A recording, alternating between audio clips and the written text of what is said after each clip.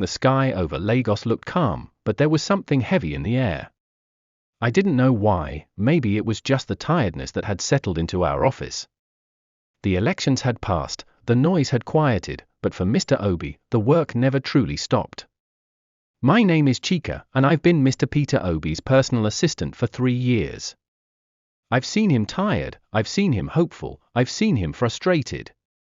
But that morning, I saw something different. Something that I didn't yet understand. Mr. Obi was already seated at his desk when I came in. He'd arrived early, earlier than usual. The big glass windows in his office poured in soft sunlight. His desk, as always, was filled with papers, reports, and letters from people all over Nigeria. Politicians, business leaders, youth groups, pastors, even struggling families, they all wrote to him. He tried to read as many as he could. He looked up from a file and nodded when I greeted him. No smile. Just a tired but focused look. At exactly 10:12 a.m., someone knocked on my door. It was the front desk lady, nervous and holding a brown envelope. "Madam Chika," she said, "a man dropped this off." He didn't wait.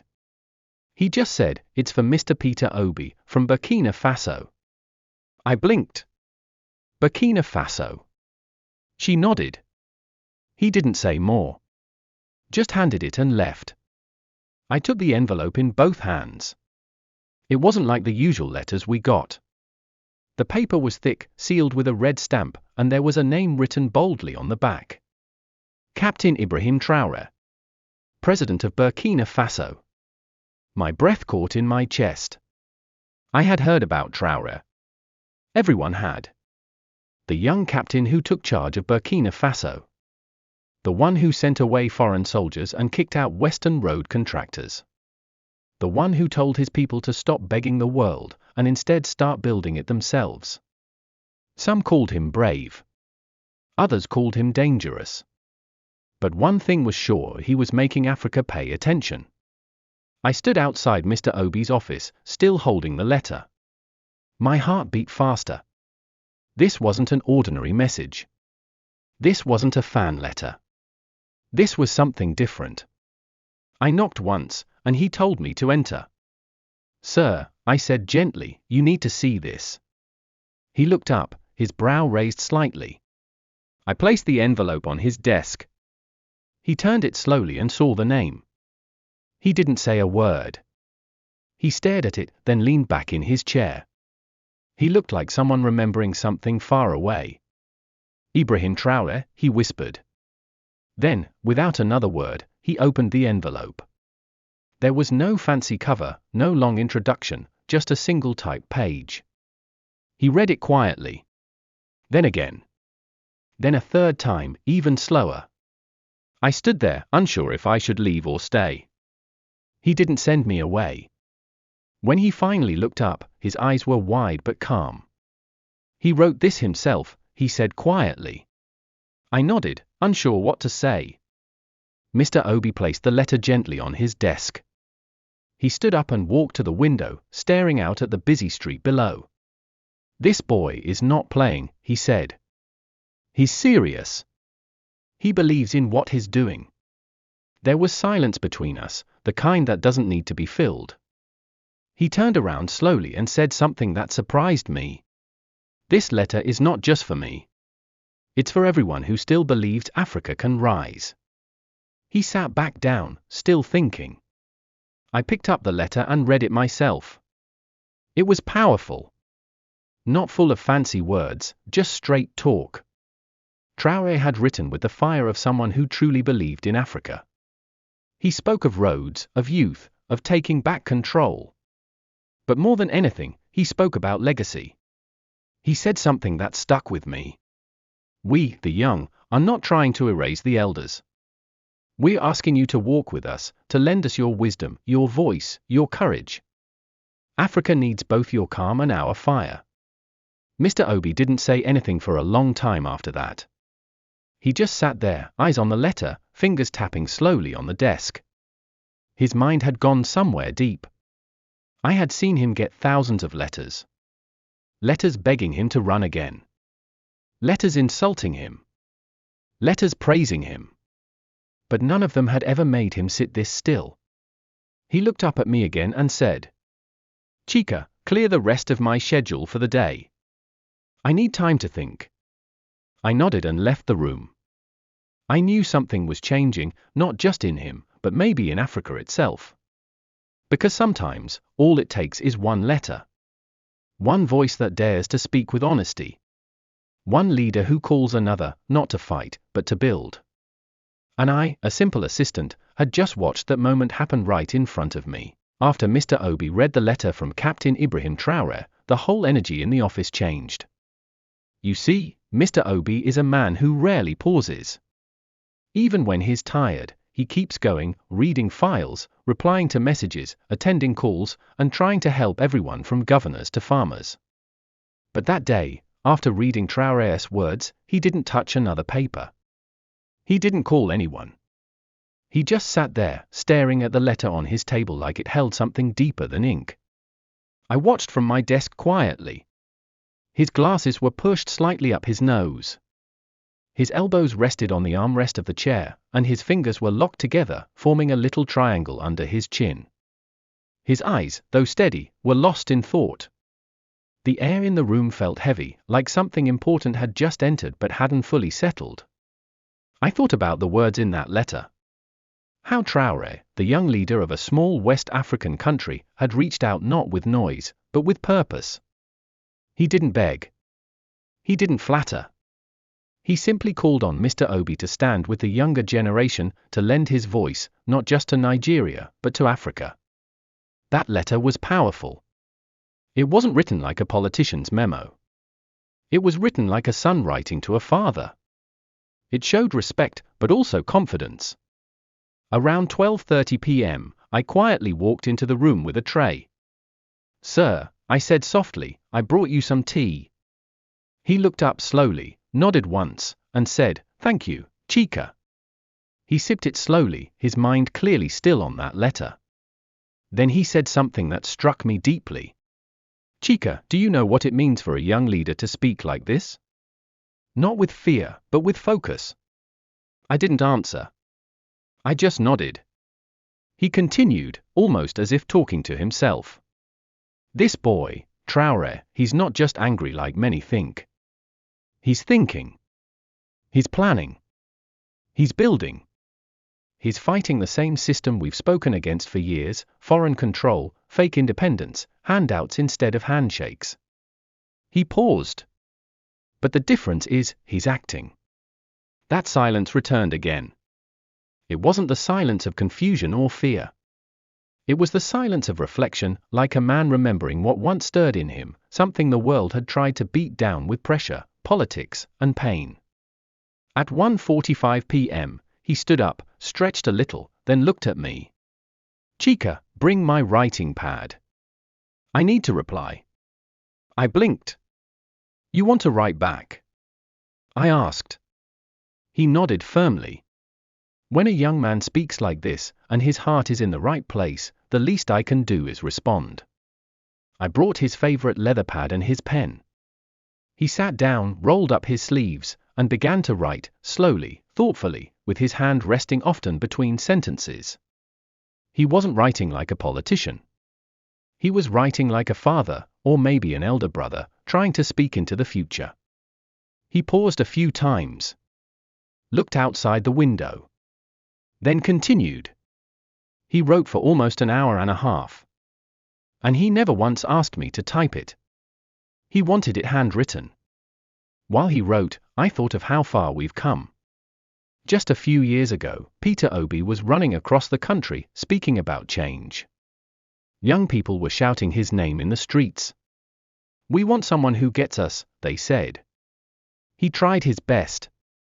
But the system was strong. Old powers. Money.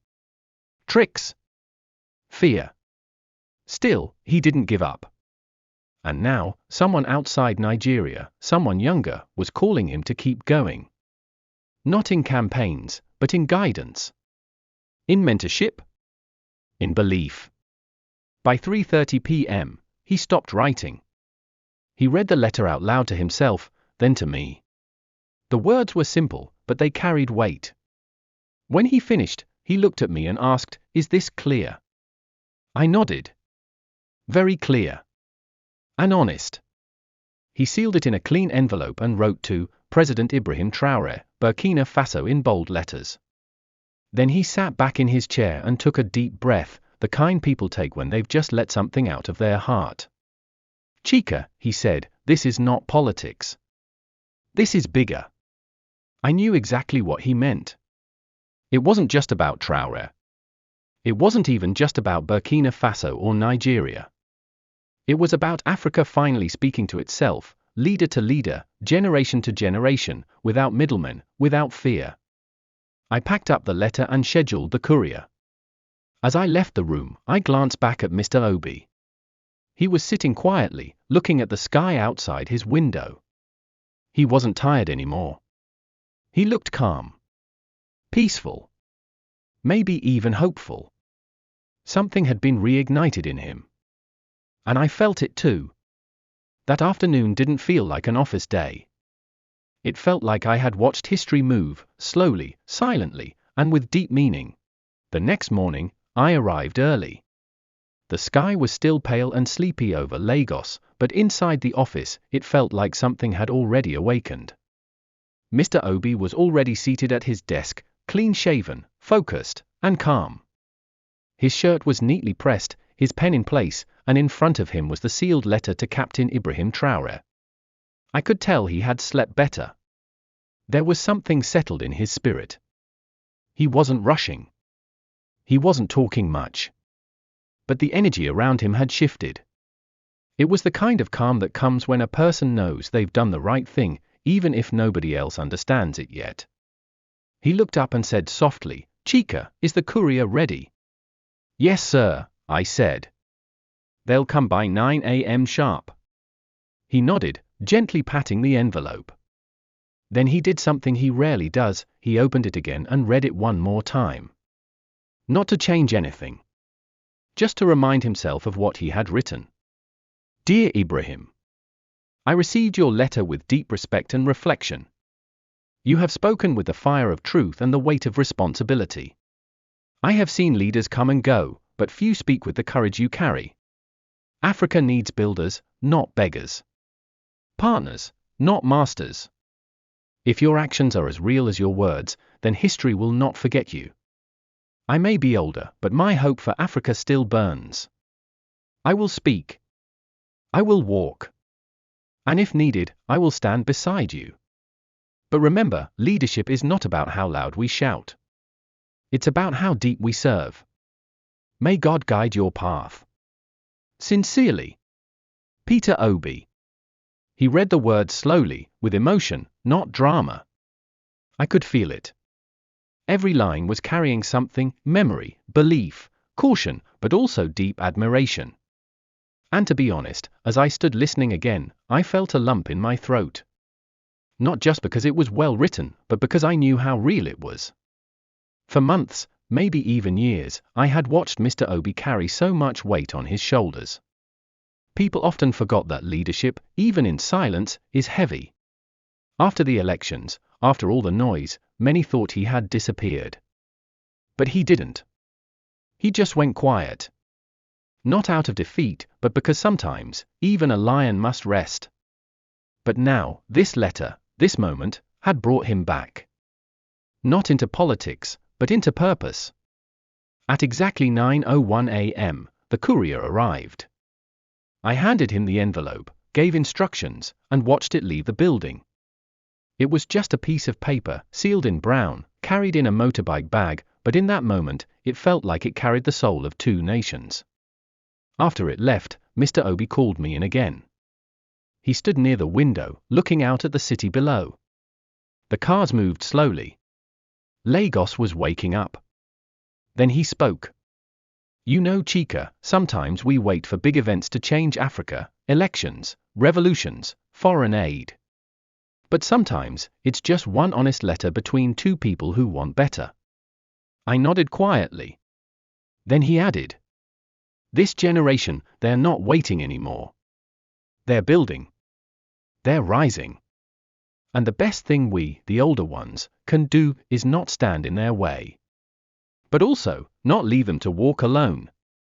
That sentence stayed in my head all day. Later that afternoon, word started to spread. Not the letter itself, we didn't share it publicly, but something had leaked. People online were saying Obi replied Traoré. Tweets. Facebook posts. Voice notes. Young people across Africa were talking about it. Some said, this is the unity we need. Others said, Nigeria and Burkina Faso might just change this continent. Some doubted. Some questioned.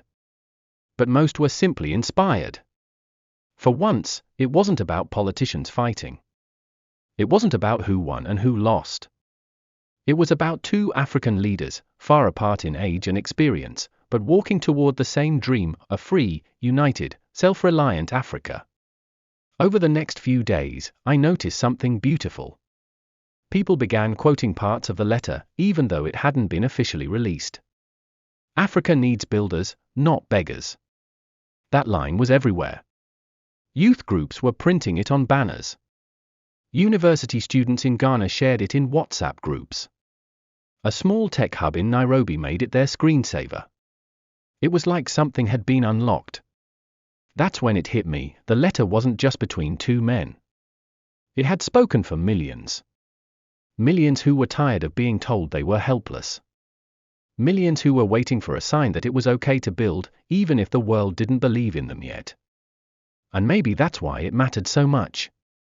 It reminded us that Africa doesn't need to be loud to be strong. Sometimes, a letter written in silence can be louder than 1,000 speeches. Now, when I walk into Mr. Obi's office, there's a new spark in his eye. He doesn't speak of 2023 anymore. He speaks of tomorrow. Not elections, but ideas. Not campaigns, but cooperation. He still works quietly. But now, his silence feels like someone planting seeds. Something is growing again. And I feel it too. My name is Chika. I'm just an assistant. But I watched a letter arrive. I watched it stir something deep. I watched it leave and echo across a continent. And if you ask me what it all means, I'll tell you this. Africa is not waiting anymore. It is writing its own story. One letter at a time.